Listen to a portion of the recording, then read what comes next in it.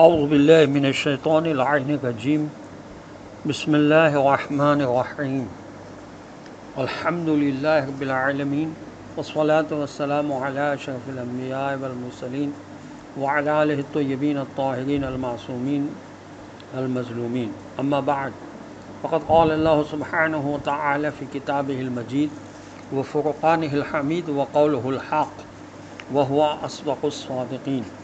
بسم اللہ الرحمن الرحیم قالوا واقبلوا علیہم ما تفقدون، صدق اللہ العلی العظیم۔ سلام علیکم ورحمۃ اللہ وبرکاتہ۔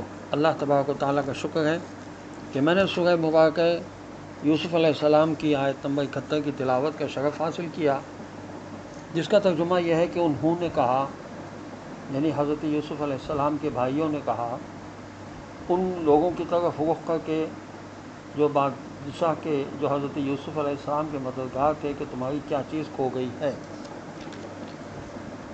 حضرت یوسف علیہ السلام کا واقعہ چل رہا ہے اور اسی سلسلے میں بات ہو رہی ہے۔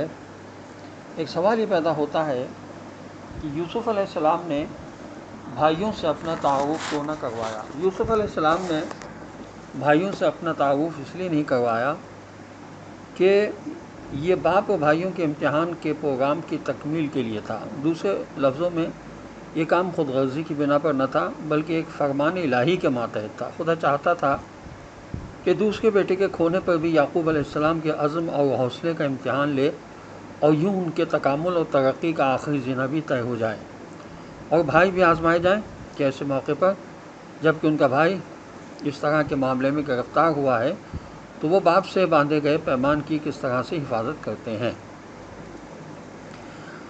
اب کیا یہ جائز تھا کہ ایک بے گناہ شخص پر چوری کا اتہام لگایا جاتا؟ ایسا اتہام کہ جس کے برے آثار نے باقی بھائیوں کو بھی کسی حد تک اپنی لپیٹ میں لے لیا؟ اس سوال کے جواب بھی خود واقعے میں موجود ہے، اور وہ یہ کہ یہ معاملہ خود بنیامین کی رضامندی سے انجام پایا تھا، کیونکہ حضرت یوسف علیہ السلام نے پہلے اپنے آپ کو اس سے متعارف کروایا تھا۔ وہ جانتے تھے یہ منصوبہ خود اس کی حفاظت کے لیے بنایا گیا ہے، نیز اس سے بھائیوں پر بھی کوئی تہمت نہیں لگی۔ البتہ انہیں اضطراب اور پریشانی ضرور ہوئی، جس میں کہ ایک اہم امتحان کی وجہ سے کوئی حرج نہ تھا۔ قرآن کے بارے میں گفتگو ہماری ہو رہی ہے کہ قرآن کی حقیقت سمجھنے کے لیے طہارت کا ہونا لازمی ہے۔ سورہ مبارکہ واقعہ کی آیت نمبر 75 تا 80 میں ارشاد ہوتا ہے فَلَا أُقْسِمُ بِمَوَاقِعِ النُّجُومِ وَإِنَّهُ لَقَسَمٌ لَوْ تَعْلَمُونَ عَظِيمٌ إِنَّهُ لَقُرْآنٌ كَرِيمٌ فِي كِتَابٍ مَّكْنُونٍ لَا يَمَسُّهُ إِلَّا الْمُطَهَّرُونَ تنزیل من رب العالمین۔ قرآن اللہ تبارک و تعالیٰ ارشاد فرماتا ہے کہ میں قسم کھاتا ہوں ستاروں کے مقامات کی، اور اگر تم سمجھو تو یہ یقیناً بہت بڑی قسم ہے کہ یہ قرآن یقیناً بڑی تکریم والا ہے، جو ایک محفوظ کتاب میں ہے جسے صرف پاکیزہ لوگ ہی چھو سکتے ہیں۔ یہ عالمین کے پروردگار کی طرف سے نازل کردہ ہے۔ قرآن کی حقیقت تک کسی کی رسائی نہیں، صرف وہی لوگ قرآن کے عمیق اسرار و معارف کو دل و جان سے سمجھ سکتے ہیں جن کا باطن ہر طرح کی آلودگی اور نجاست سے پاک ہو، اور جو اپنے عمل اور اعتقاد میں طیب و طاہر ہوں۔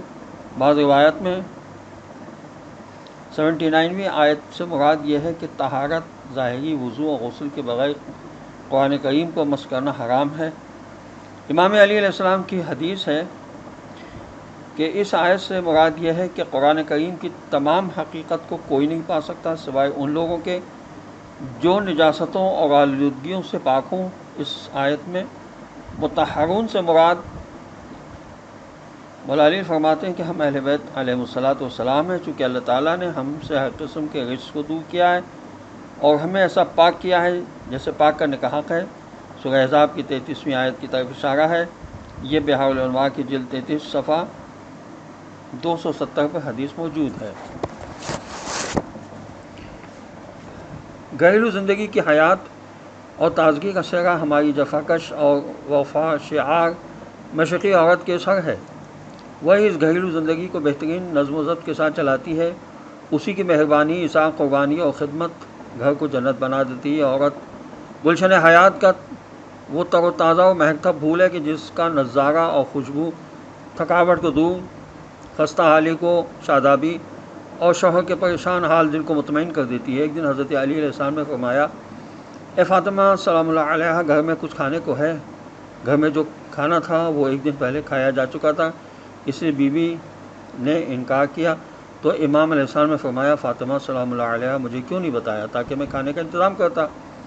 جناب فاطمہ سلام اللہ علیہ نے فرمایا، اے ابو الحسن، مجھے اپنے پروردگار سے حیا آتی ہے کہ میں آپ سے اس چیز کی درخواست کروں کہ جسے پورا کرنے کی آپ میں مالی استطاعت نہ ہو۔ والسلام علیکم ورحمۃ اللہ وبرکاتہ۔